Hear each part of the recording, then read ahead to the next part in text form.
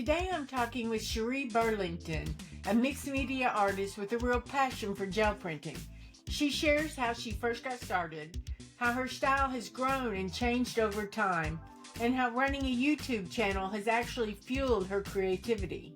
We also get into the importance of community, how personal loss has shaped her, and the advice she has for those just starting out. What I love most about Sheree is how open and honest she is. Her reflections really show just how powerful art can be, not only in transforming our own lives, but also in bringing us together. Hi, I'm Cindy Jones-Lantier, the host of Beyond the Brayer.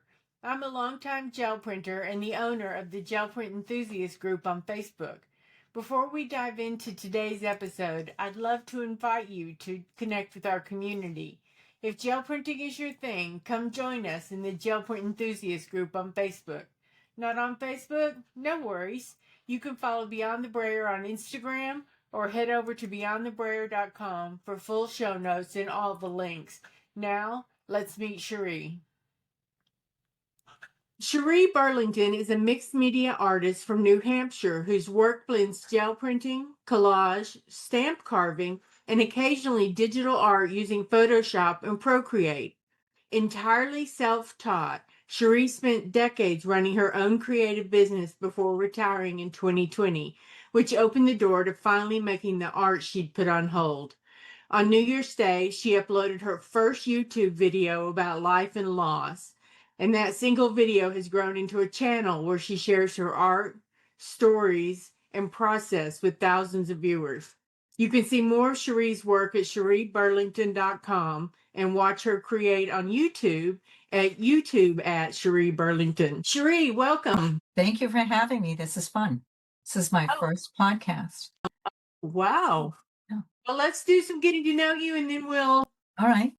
get into it. Actually, let's just jump right in. How did you get started with gel printing? When we were locked in the house, we're all locked in like prisoners. I bought a gel plate and I found foil. I don't even think I knew I had a gel plate. I had it from probably 2014, but I dug it out and had seen Froyle's videos. Mm-hmm. Just started making art, just started doing it. And I had a studio in my finished basement, freezing cold studio in my finished basement, but I cover the floors. I just print for hours and just cover the floors with gel prints. And that was how I began. Oh, nice. Do you remember your first print? I remember my first print in 2014 because I thought it was magic. And when I look at it now, it's barely a ghost. It's barely a ghost.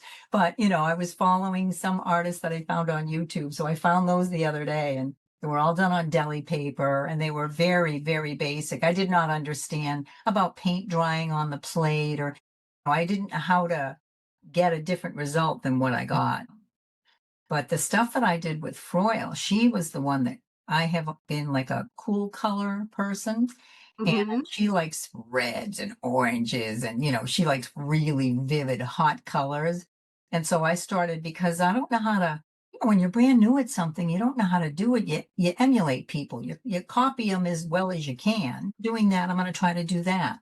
So I developed a real fondness for magenta and violet mixed together with some gold and shiny things. It's a great one to start with. And she's got such a sense of humor. She's so charming and she's just, she was a very fun first teacher. Really enjoyed her. How would you describe your gel print style? Now evolutionary, because the work that I was doing, so I started my channel on New Year's Day. And I was gel printing. I'd have a friend, Cindy, come over and we, roll out the table and print. And I was mostly using botanicals because honestly, this, you cannot make ugly art when you have a botanical. It's almost impossible, so if you're really discouraged, and when I pull them out. But I just mostly played with a lot of botanicals. And every once in a while I'd throw some paint on the plate, on a paper stuck to the plate. And do a little bit of casual painting and stuff like that. So it's evolved recently because I discovered a couple of artists. Rex Ray was the first one that changed my style. And now I'm sort of inspired by another artist, Mark Hurls. And their style is very different than the whole giant body of work I have hanging all over the studio. It's very, very different. So I'm trying right now to do less pattern, less botanicals, more tone on tone, more subtle textures, because my collage style has evolved into paper cut paper. And that's the pattern. To have pattern on top of the pattern can be a little bit of overkill. Yeah, so it's evolved. That's a great way to put it for Yeah. most printers, I would assume. Yeah, it does. So, what are your go-to materials and tools? Well, if I had to start over again, I would have an 8x10 gel plate by anybody and a Speedball soft brayer. I don't buy craft paint. I buy Liquitex Basics, but it's student grade paint. I don't spend a lot of money on paint, which is not to say that I haven't spent a lot of money on paint, but as a general rule, I use my Liquitex. The other ones make me feel too nervous about the cost and stuff like that. Let's see, what do I reach for all the time? I have a handful of geometric stencils that I like to work with, that don't look like somebody else's art and don't, have a picture or something like that. I like working with string. I like a lot of found objects, to texture the gel plate, because I think they're very unexpected. And one of the things I reach for a lot lately, even with my less pattern stuff, is I had made a bunch of glue gun texture plates, I guess. I just spread it out on a piece of cardboard, and they make really, because it's just drippy and you can't really control it. You can, but it's fruitless. So that kind of stuff, and botanicals for when I get into a rut. When I'm like, oh, this is all so ugly, I just pull out a botanical and everything's beautiful again. That's funny. Do you typically plan your prints or do you work intuitively or a mixture of both? Maybe a little bit of both. Since I started the channel, I'm doing things differently. I start out with a plan for the channel because maybe, as an example, I might be making papers for a collage that I've got a picture in my mind, very visual. So I see pictures in my mind. So I've got this picture that will never materialize, just so you know, like that I doesn't ever know. happen. But I have a picture in my mind, so I'll usually produce papers for that. So sometimes I'll start out with a colorway that I have in mind. Sometimes I'll have seen someone playing around with masks, or, like I learned a technique from Carrie the Crafter. I usually use my stencils as one giant, one like a whole image. Mhm. No. He's like just putting little bits of things down, and you end up with papers that are way more interesting than what I was creating for a long time. I love his kiss the plate. That's the thing. That's the thing I'm talking about. And I don't remember who showed it to me. It might have been Denise Love. I bought a blending brush, which is used for ink blending. And I lay the stencil down over the print and brush it through. Seriously, best tool ever. Like, I don't even like to be without it, so that's, but yeah, so I don't work with I don't work with a lot of specific tools. I just sort of get an idea and dig around in that. I don't even know where to point. All of these shelves behind me that are loaded with every manner of things, dig around in there. Yeah. Oh, yeah, I have all the things. I haven't bought all the things. I have more things than I can use in a lifetime. I But do. that might be part of the process of becoming an artist. You're so convinced that if I have that, then I can make that kind of beautiful art.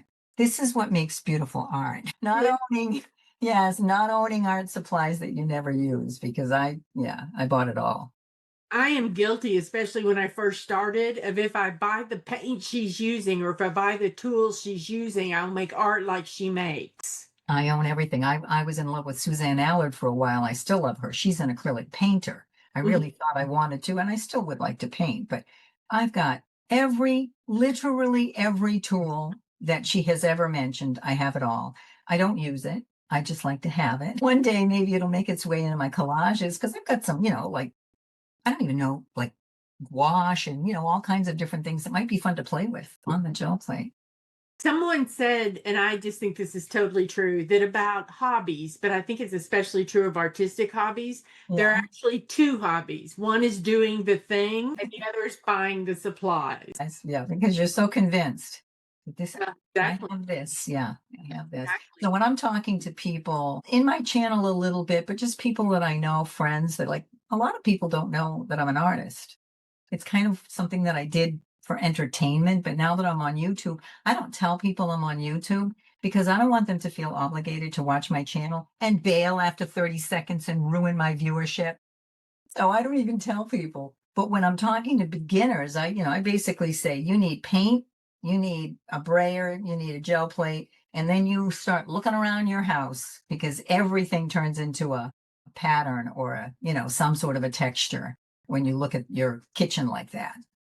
Exactly. You mentioned Rex Ray and Mark. Where else do you find inspiration for your prints? That right now I'm captivated by both of them, but I own a lot of art books. When I was self-employed in a creative business, and you can't create in a vacuum. Like I recommend to people that are trying to, develop their personal artistic style, which is that's a journey. Is I had just bought, I had a lot of Somerset magazines, and I just buy a lot of anything that I'm interested, because when you run into a blank wall, the only thing that you can do is pick up a book and then start going through it. And then you find out that there's, sometimes it's just one little picture. I just see one little thing and I'm like, oh, okay, now I can go again. I had discovered, however, Rex Ray, Jackie Bernardi. I think I saw something that she did of Rex Ray, and I looked him up. And the minute I looked him up, I was like, I have to have this. And, so I bought my first book. And Mark Hurld, someone else was doing a book review on that. And they're both me, but different. They're like different phases of my artistic development. I did with Mark Hurl, that's all hand carved stamps. He does lino cut, but the process is the same. And that's my Mhm. beginning. And Rex Ray, he was a digital designer before he was an artist. And that's my background as well. So I feel like I found my men, both of them. Like I've taken ownership of them. Yeah. Yeah. So, but I also watch it. I don't watch as many videos now that I have a channel because I'm so busy making a Having a channel, channel. having a channel. But I did watch, a lot of Denise Love, Jackie Bernardi, Jackie Schomburg, Vicky Reed. I'm trying to think of all the people, Kit Bell. There's just, there's a lot of artists that are making beautiful stuff. And sometimes I follow them down a trail, and then somebody else gets my attention and follow them down a trail. Yeah. So inspiration is everywhere. So, what has been one of your biggest aha moments? Well, that might be kind of recently, because when I decided I was going to try to make a Rex Ray collage, I had never done that kind of collage work before, cutting things up. And I have a tendency, because I like abstracts so well, that I really avoid representational stuff. I don't really want it to look like a tree, or, I stay away from that kind of art a little bit because I'm not trained. I don't really know how to draw and do those kinds of things, but so I just was going down a different direction. But all of the last, I don't know, 4 or 5 videos have all been collages with pictures of flowers, and they look like things.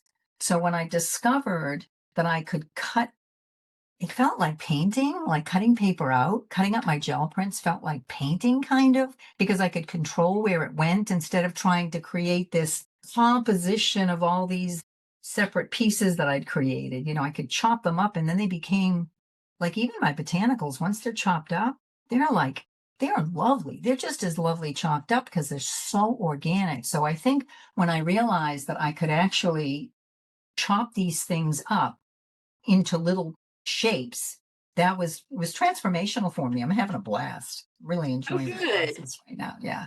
Good. You've mentioned your channel. What is the role of the gel print community in your creative life? How do I answer that? I because I have a lot of irons in the fire. Like, I'm the president of my cooperative where I live, and I run a website. So I'm not involved in community as much as I'd like to be, because I have too many things asking for my time. So sometimes I'm running maybe just slightly on empty with all of my all of my commitments that I can't say no to for some reason. So not I have to say that I don't have community, and where I get it, and part of the reason it's so fulfilling is through my YouTube community. And Exactly. what they are for me, this is like, it's the kind of encouragement that I would never give myself, the kind of, like, because I have this community, like it's kind of a tricky thing, and you might run into it as well. I want to give them what they want, but I also want to give them what I want.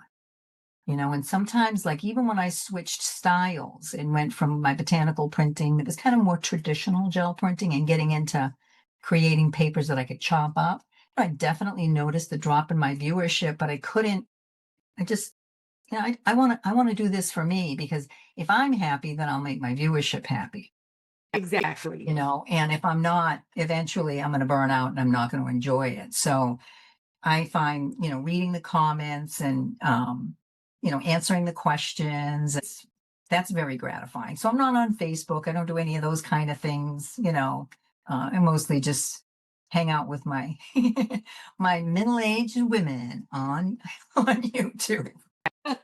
96% of my viewers are women over 55, which is very interesting. Well, because I am. Yeah, I am I too. am. I am as well. Yeah. So that's been enjoyable. Yeah. Yeah. So you've kind of touched on this, but I'd like to hear you talk about it more in depth. How has sharing your work online formed your artistic journey? Oh, significantly. Significantly, because I used to, the only time I ever came in my studio, which is full of stuff to make everything, the only time I ever came in here was when my friend Cindy would come up for breakfast on Sunday, and we would come in my studio and make art together. And we would literally make art like she was down the hall. We wouldn't talk to each other. We would talk to ourselves, so once, honestly, maybe once a month or maybe once every couple of months. So when I haven't committed to a video a week, because I can't, but I try to do a video a week. And so I'm making art every week. And some, my collage videos take 2 or 3 days to Mhm. record. So I'm usually filling up 3 days of work. So what has happened for me, because I don't have time to agonize. I'm on camera and I can turn my camera on and off and I can fade through the repetitive things and stuff like that. But I need to make decisions. I don't have time to move this piece of paper to 40 different places and figure out where it goes. Sometimes I drop it somewhere and say, okay, that's where it's going to go. So I have gotten really courageous. I used to be like, and I think maybe there might be a lot of us in the world out like this. I was so afraid to make something ugly that I wouldn't make anything at all. And you you're an I know. artist, you have to make a lot of ugly stuff. And the cool thing about gel printing is you can cover it up. Some of my prints are like vinyl wallpaper. They're Wow. so thick with paint on them, but so I have become courageous. That surprises even me. I cover up stuff that I would be like, oh my God, I love this. I can never cover this up. And I'm like, it's gotta go because I've got another plan. So yeah, I've gotten courageous. My art has developed. I feel like I'm finally maybe finding a place that feels natural for me, where I'm going right now. And I reserve the right to change my mind at any time. Yep, at any time. So yeah. Okay, so I want to talk some more about your YouTube journey. I went back and watched some of your early videos. Tell me about making that first video, which I highly recommend everybody go watch. A little bit of a tearjerker, huh? Had me in tears. Yeah, it did. It had me in tears too. So just some history of how I ended up on YouTube. I found retirement meaningless. It was directionless. And I had been casting around for something to fill that void, but I did not ever think for a second it was going to be YouTube. And I was watching a woman, her name was Brooke Sears, and she said, my mentor said, pick up your cell phone and hit record and just start talking. It doesn't matter if you're not fixed up, just do it. And I just thought, oh, okay, I will. And so I'm sitting on my couch. It's dark in there. I look like a ghost. I look like a spectral. And I just picked up my phone and I started talking to it. And I did that for about 3 or 4 days. And then one day I decided I'm going to take a shower, put on makeup, fix up my hair, sit in front of my window because I don't use, electric light. I just use my, my windows. And I recorded that. I didn't even know what I was going to say. I didn't write a description or hooks or titles. I didn't do any of that stuff. I just sat down and I started. I don't even remember how I began anymore, but I know I ended up speaking about my son, which I did not think I was going to do. But that came out. I think I might have needed to tell that story. Yeah. I think you did. Yeah, I did. I remember you saying, I'm not going to go there. All right, let me just get this off my chest. So, just the short story for people that are listening. My 19-year-old son, Neil, my beautiful blue-eyed boy, left the house one day and I never saw him again. He crashed his motorcycle and that was it. He was 2 months out of graduation. And yeah, so it was crushing in the ways that everyone can imagine it to be crushing. But it also changed me in ways that I think I needed to change. It turned me into a much kinder, much more gentle version of myself because I had honestly grown pretty ranty and ravey and angry. Sometimes people would see me coming and go, "Oh, sure," but that was cathartic for me to tell that story because it's not the story of someone dying, although it is. It's the story of being transformed as a result of losing him and what I learned about humanity. And that was just a really good start for my channel because it was so unscripted. It was very vulnerable. I've heard the word raw several times. Introduced me to the people who clicked on it saw loss of a child. Almost everyone either lost someone or was very close to someone who had lost someone. So my feed is filled with what I call angel moms. This is what my son died.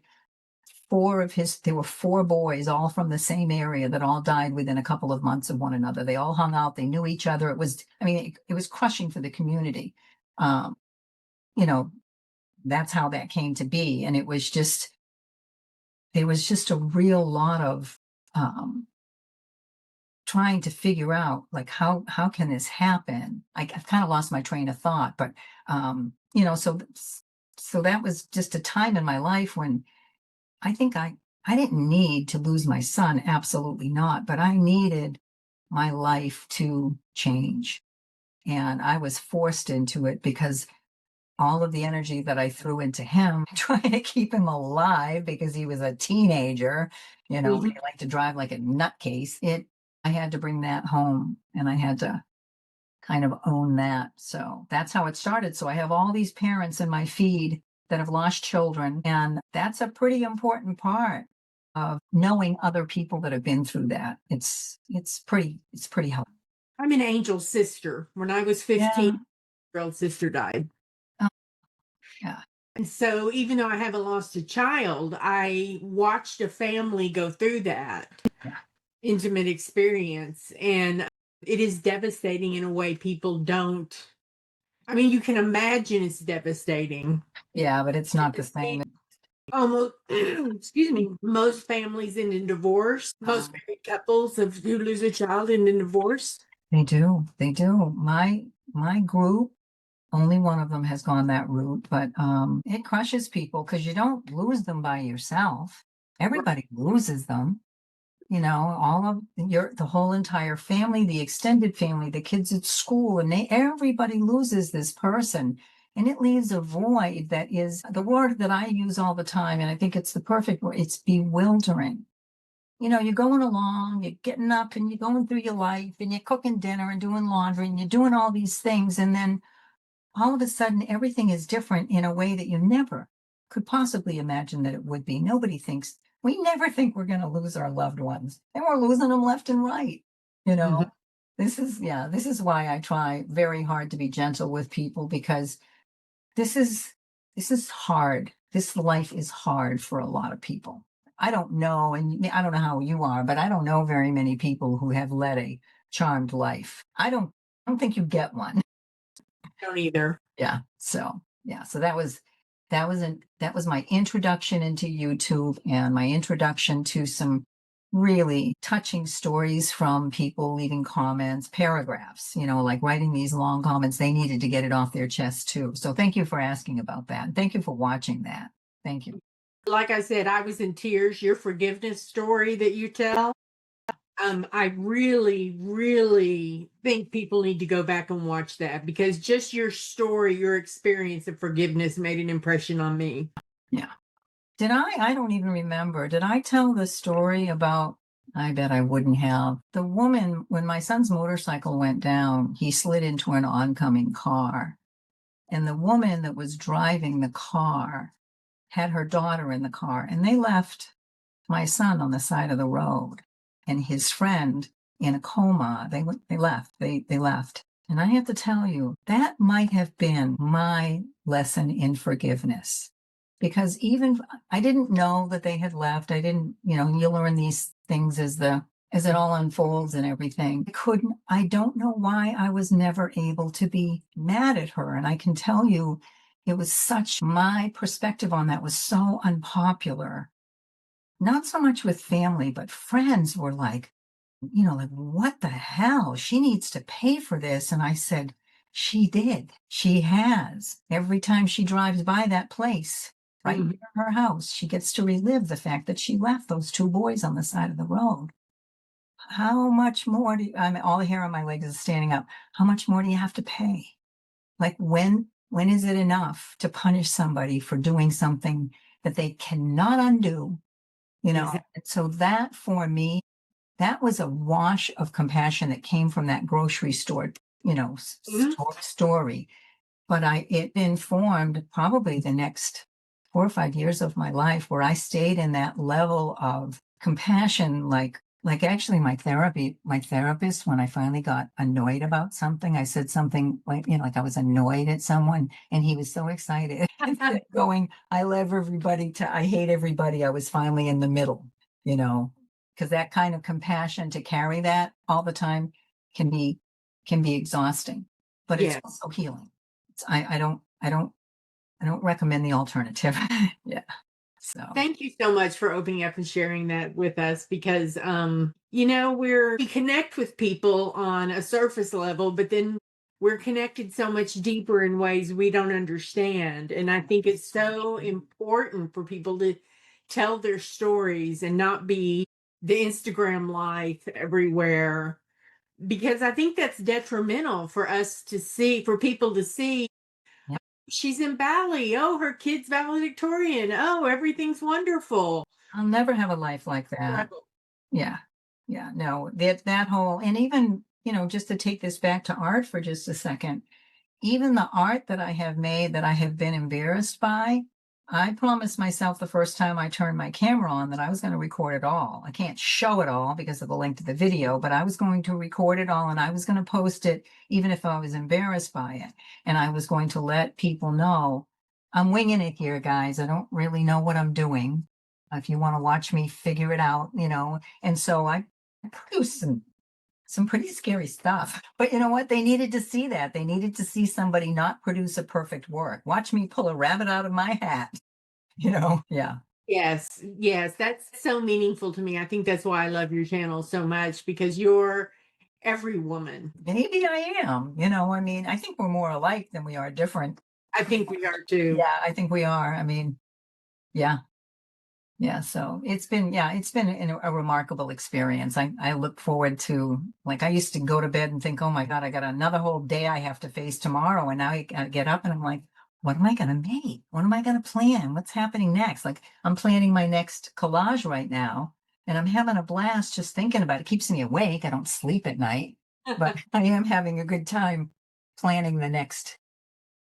That's wonderful. I guess you'd say semi-retired. I Yeah. work 30 hours in the morning, 5 days a week. And I know what you mean about the rest of the day. I used to dread almost getting off work because I love my job. Mm. And then I would get off work and I would look around my house going, What am I desperate. gonna do? Yeah. What am I going to do? It can be long, I mean, that whole thing about sitting on a rocking chair that they used to sell to us, that would be a death sentence for me. Yeah. I was self-employed for over 20 years. I'm project driven. You give me a project, I will throw everything I have at it to the exclusion of literally everything else. I am literally, I'm doing this right now. And then when it's done, I go through this every single time. There's like, almost like a relief followed by purposelessness. And Mm-hmm. then I got another project. Now I'm happy again. So this is awesome. This is really perfect for a person with a personality like mine. I'm an all or nothing, foot on the gas, foot on the so it's really awesome. And that's part of the reason, back to even gel printing. You can make millions of papers. You can spend an entire day making papers and they're joyful to look at, So you've got this whole entire project. But once you get to the point where you say, I'm going to create a bunch of papers and I will assemble them into a collage. I will. If you get to the point where you can make yourself do that, I have two friends, Cindy, that do art with me. So last week, my other friend, Cindy, came over and she painted papers with me, really good looking papers. She was very courageous and she picked out a great color scheme. And then she actually made a collage. It's on my posts on my channel. I was so proud. She did that all in one day. Wow. Yeah, as a beginner, she's only gel printed twice. So yeah, that was pretty awesome. I felt like I had, like mentored her in some way that gave her the courage to do that, which was I watched part of her video. I haven't watched it all. I have it queued up. yeah, And she talks about you telling her to make ugly art. I did. I tell everybody to make ugly art. I mean, I've got a whole drawer full of photocopy paper with ugly art on it, and one of these days I'll get in there and I'll make it pretty. I've got too many projects going on right now. So let's do a rapid fire round. Okay, what's that mean? Rapid fire, just answer quickly. Oh, sure. Okay, go ahead. So ghost print or first pull? Ghost. Ghost. Most people are saying that. They're just so much more interesting. The first one is rich and colorful and it's got all the paint and probably too much. But the second one, yeah, that's a nice surprise. That is. What's your favorite color combo to print with? Almost always neutrals. I come from a background of black and white because I was making stamps and they're black or white. So I developed a neutral palette in response to the pottery that I made. Secondary to that, cool colors. And then third to that, hot foil colors. I know the answer to this, but I won't. Anyway, brayer, brush, or fingers? Well, all three, brayer, mostly brayer. Yeah, kind of like all three. I mean, I'll pull out a brush not as often. My fingers are always in it. Blending brush. I've got to get one of those. I saw you working with one the other day and I thought, why don't I have this? Well, let me tell you, you want two. Because if you decide you want to go from dark to light, which is what I do when I'm trying to copy that Sheree thing, where he's just he does it with a brayer, but you need a dark and a light. They're awesome. You can spread it out thick, but you can also make it whisper. You're gonna love this. I see an Amazon order in my future. I think you do. I bought mine at Michael's. Yeah. Oh, well, funny. If I go to Michael's, I will end up with a lot more than if I go to Amazon. It's not safe. I know it's not a safe space. If I go to Amazon, I could get the one thing I want. Yeah. Click add to cart, buy it. But if I go to Michael's, I have to walk by all this stuff. So tempting. I like sirens. Yes. Yes. Okay, so much for rapid fire. Go ahead.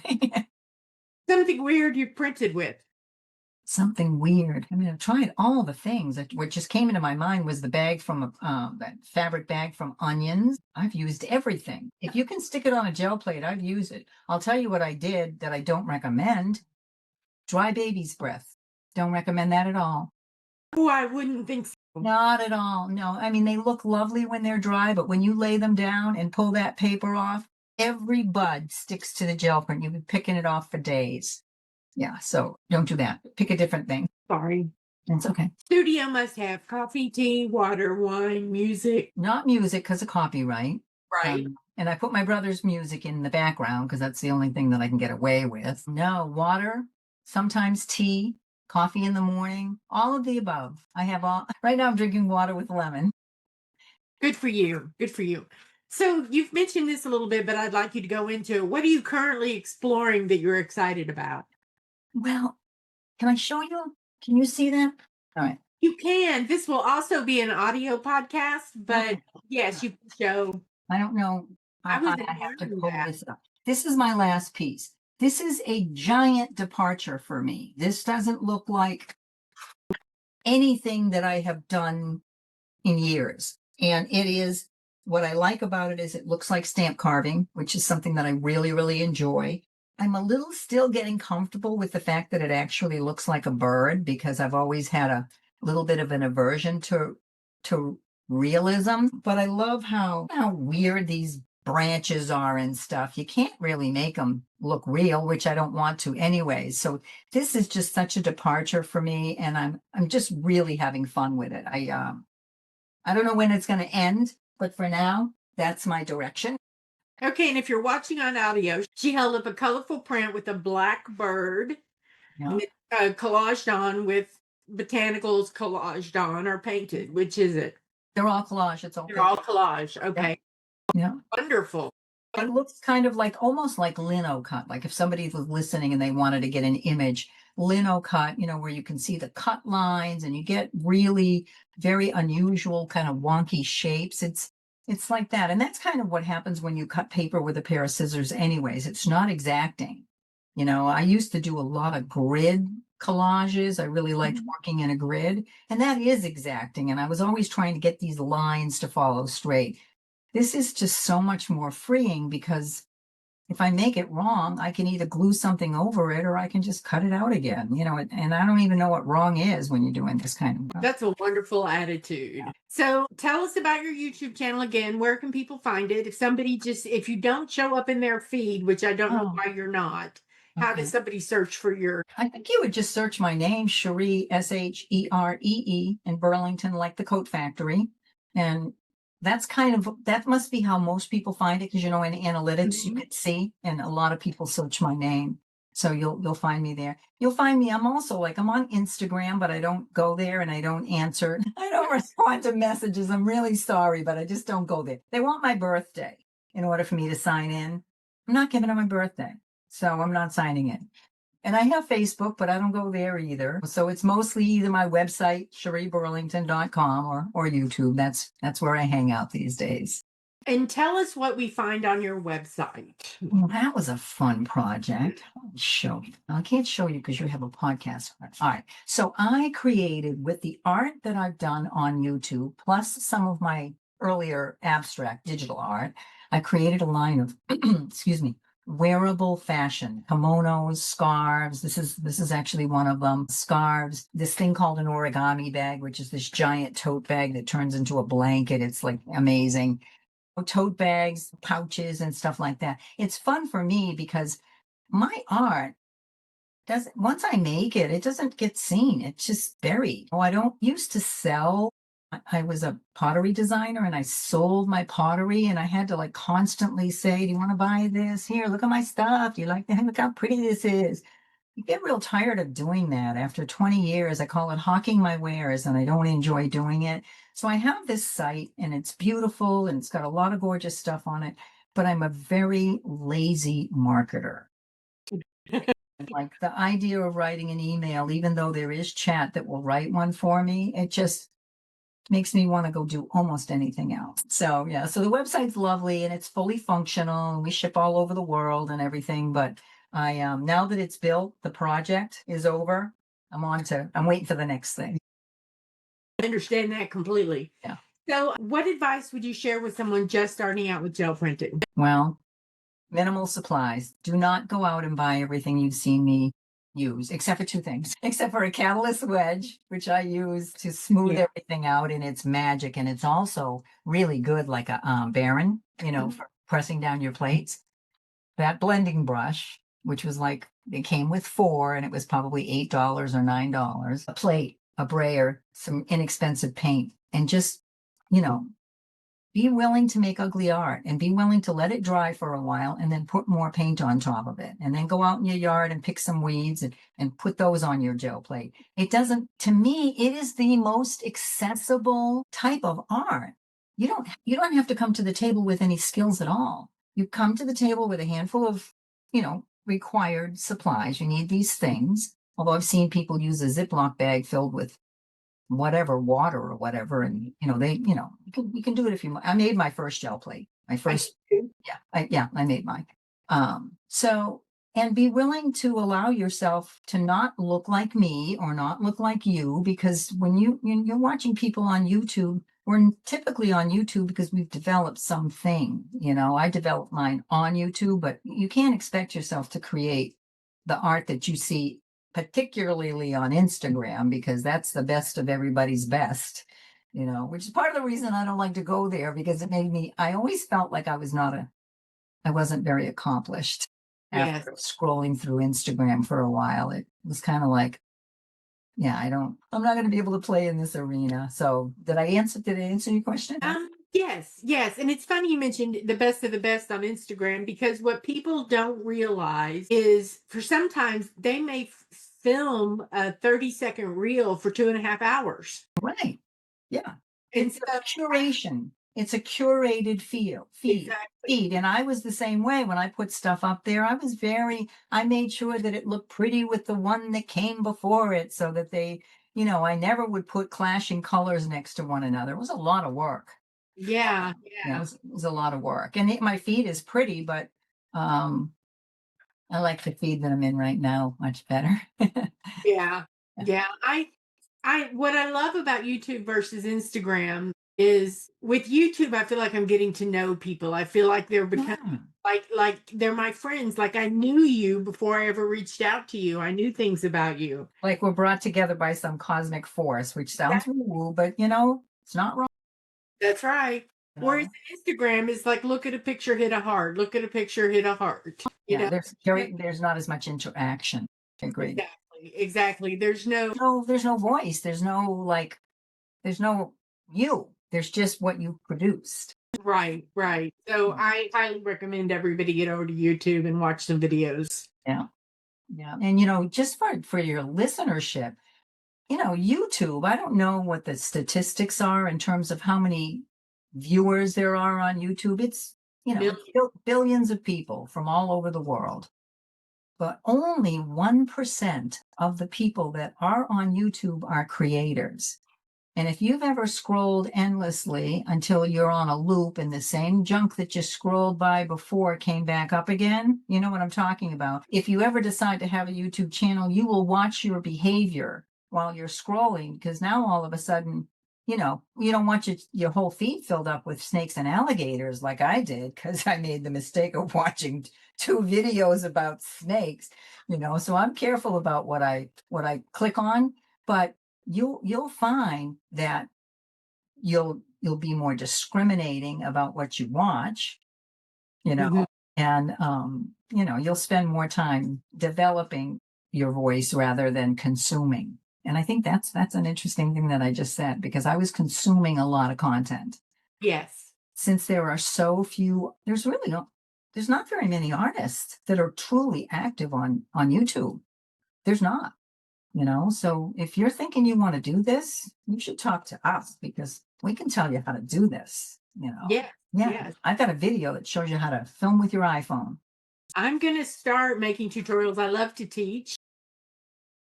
Very fun. It's very gratifying. Yeah, it is very gratifying to see that aha moment on a student's face, or to hear them tell you about it, where they get something where it clicked. Yes. What will you teach? What will you teach? Basic gel printing, because I have this high horse soapbox that I get on. I know that horse. I run the gel print enthusiast group on Facebook. It's 53,000 members. That's And excellent. when you get on a Facebook group, you have to answer some questions to get in. And two of the questions I ask are, what is your level of proficiency? And what do you want to get out of this group? And people will say, I'm a total beginner, which means I have not even opened my gel plate. I am a total Still beginner, in the clamshell. Yeah. and I want to do image transfers. Oh, yeah. Which, And we that's talked about that. That's hard to do. it Even for is. gel printers, it's hard to do. It is. And you've got to have your basics down before you can advance. But that walk before you run, crawl before you walk thing. So I'm Yeah. really passionate about teaching the basics, because so many people I find get frustrated because they don't know the basics. And so that would be what I would do, is really hammer home. And once you know the basics, like you start to recognize how much pain is too much. And I regularly use too much. And, But once people start to recognize, and you only learn it from repetition, there's no other way. You're not going to absorb it from osmosis. You have to actually train your hands to. I said the other day that my brain was a better designer artist than my hands. So you just have to roll it out and pull ugly prints and find out what too much is and not enough. And once you teach the basics, you can continue to teach the basics and bring in a roll of string, a bunch of paper clips, whatever it is. I mean, I can look at 10 things on my desk right now that I could print with. Yes, that's one of the things I love about gel printing is the low barrier to entry. Absolutely. Even though the plates are a little spendy, but I mean, black and white and a couple of a warm and a cool color, you can paint the rainbow. Yeah. You can paint the rainbow. Yeah. The plates are kind of spendy, but I've had my commercial gel plate for probably 12 years. Yeah. I bought mine in 14. Yeah. So when you divvy it up, they're not really expensive. Yeah. And they, outlay. I know a lot of people say, oh, be careful not to do this because you'll damage it. I'm not cruel to my gel plate, but I'm not kind to it either. I use it, I work it, and if something's stuck on it, I'll scrub it with a cloth trying to get it off, Yeah. So I'm not tender with it, and it can take it. And if it can, I'll flip it over to the brand new side on the back. Exactly. I just have a principle, no sharp objects. Yeah.